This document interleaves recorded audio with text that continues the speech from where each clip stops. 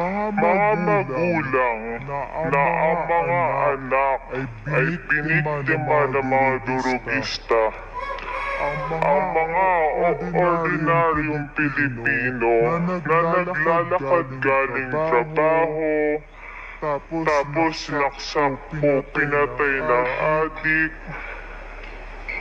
lahat ng mga kababaihan, ng ilang libong Pilipino. Ngunit ang kasama natin ngayon ang Pangulong Duterte, ang most voted Philippine leader ng 2016. At ang kanyang anak, Vice President Sara Duterte, ang most voted Philippine leader naman ngayong 2022. I would like to manifest na gusto ng sambayan ng Pilipino ang pagdurog niya sa mga kriminal, durugista at NPA na terorista. Kaya sila ibinoto at patuloy na mahal ng mga Pilipino. Kaya gusto natin ng patas na hearing. Sana sinama natin dito ang libo-libong mga magulang na ang mga anak ay biniktima ng mga durugista. Ang mga ordinaryong Pilipino na naglalakad galing trabaho, tapos naksampo pinatay ng adik, lahat ng mga kababaihan, na kahit pati infant na babae ay ginahasa na ng adik. Libo-libo rin ang kanilang mga magulang at mahal sa buhay. Nawala dito ngayon. Awang-awa ang mga Pilipino sa mga inosenteng pamilyang na ito, kaya niluklok ng bansa ang Pangulong Duterte. Ang drug war ng Pangulo ay policy lamang. Hindi ito natupad kung hindi ito pinundahon ng Kongreso ng 6 na taon. Majority pa nga dito sa mga kinatawan ay naka-Duterte fist pa nung buong 6 na taon eh.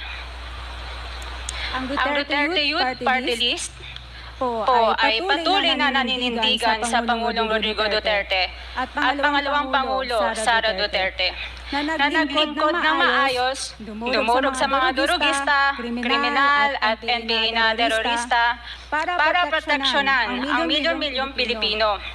Bakit wala nag-iimbestiga dito o nag-iimbita sa atin sa sobrang raming Pilipino na biniktima ng mga durugista?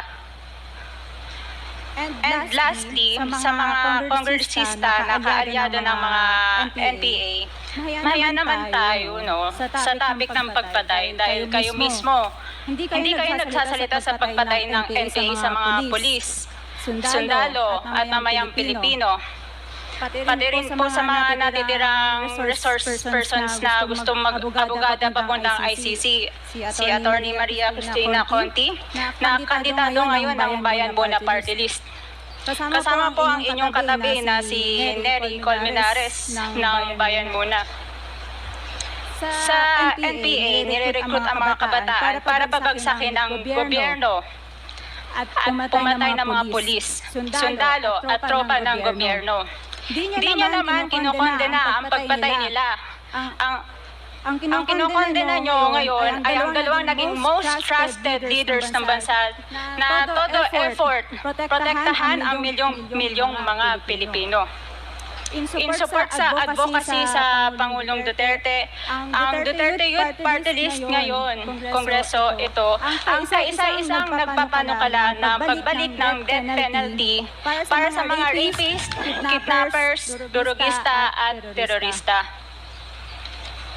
In behalf of the Duterte Youth Party List, kami ay nagpapasalamat sa todong suporta ng Pangulong Duterte at VP Sara Duterte sa mga tropa ng gobyerno at sa pagdurog nyo sa mga kriminal, durugista at NPA na terorista. Yun lang po. Maraming salamat po, Mr. Chair. At magandang gabi po. Mr. Chair, bawal po pumalakpak dito. Kung gusto nyo pumalakpak doon kayo sa labas.